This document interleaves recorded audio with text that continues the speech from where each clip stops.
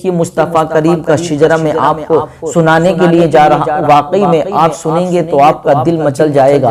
اور نبی پاک کا شجرہ ایک ایسا شجرہ ہے میرے پیارے مسلمانوں، دنیا کے سارے شجرے، دنیا کے سارے نسب ختم ہو سکتے ہیں لیکن آمنہ کے لال کا نسب شجرہ کبھی ختم نہیں ہو سکتا، کیونکہ آمنہ کے لال کے شجرے کی برکت ہے، مصطفیٰ کریم کے نسب کی برکت ہے جو آج دنیا زندہ ہے۔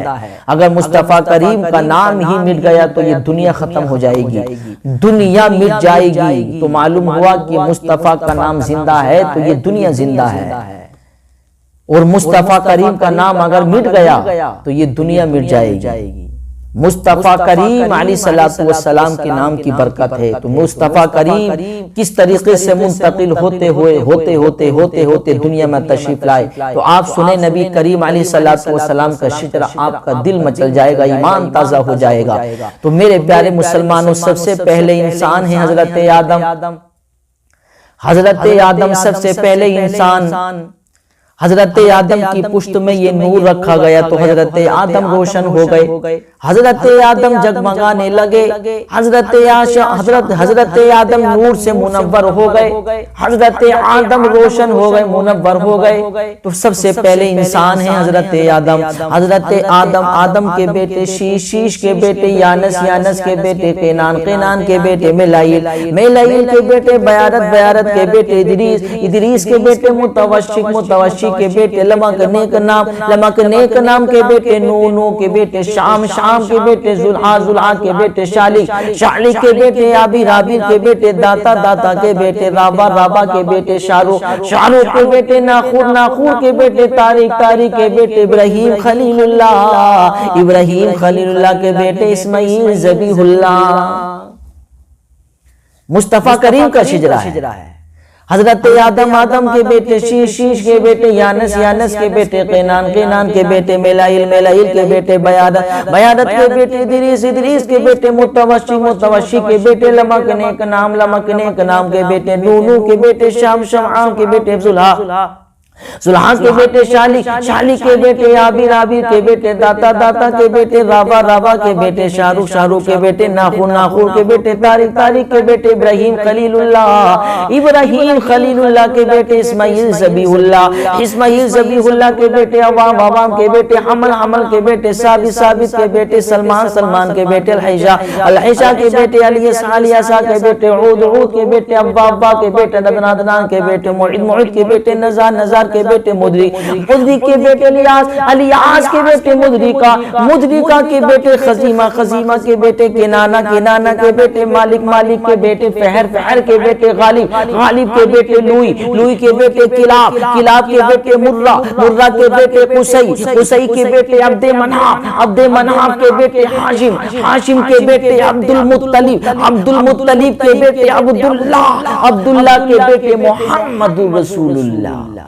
آقا کریم علیہ السلام اس مہینے میں تشریف لے کر کے آئے تو ہمیں خوشی منانا چاہیے، اور میں تو یہ سمجھتا ہوں کہ آقا کریم علیہ السلام کی پیدائش پر خوشی کیوں نہیں منائیں، کہ جس کے تشریف لانے سے دنیا میں نور ہی نور چھا گیا، اندھیرا چھٹ گیا، نور چھا گیا، تو اس کی پیدائش پر خوشی منانی چاہیے۔ اور ہماری ماں اور بہنوں کو تو اور زیادہ خوش ہونا چاہیے، کیونکہ عورتوں کی عزت کو بڑھانے والا میرا مصطفیٰ کریم ہے۔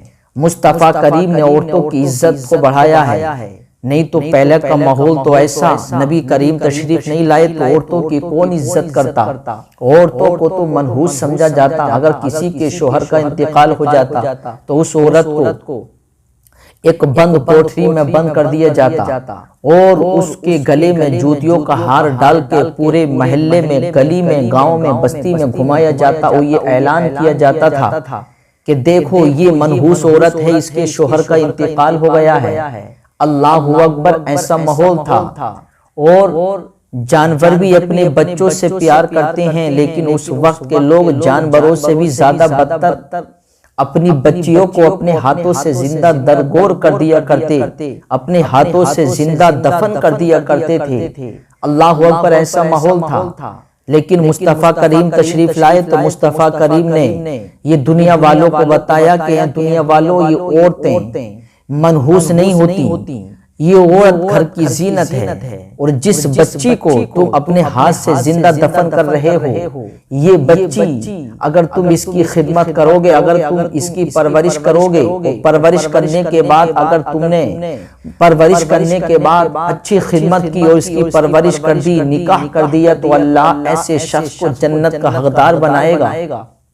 تو آقا نے بیٹیوں کی عزت کرنے والے کو، عورتوں کی عزت کرنے والے کو جنت کی بشارت دی ہے، تو یہ ہماری ماں اور بہنوں کو تو اور زیادہ خوش ہونا چاہیے یار۔ عزت کو بڑھانے والا کون ہے جس نے ہماری عزتوں کو بڑھایا ہے؟ تو یہ ہمارے آقا کی تشریف لانے کی برکتیں ہیں۔ اگر آقا تشریف نہیں لاتے تو یہ دنیا کیا ہوتی، دنیا میں کیا ہوتا، اللہ ہی بہتر جانتا ہے، لیکن مصطفیٰ کریم کے تشریف لانے سے دنیا بقعہ نور بن گئی۔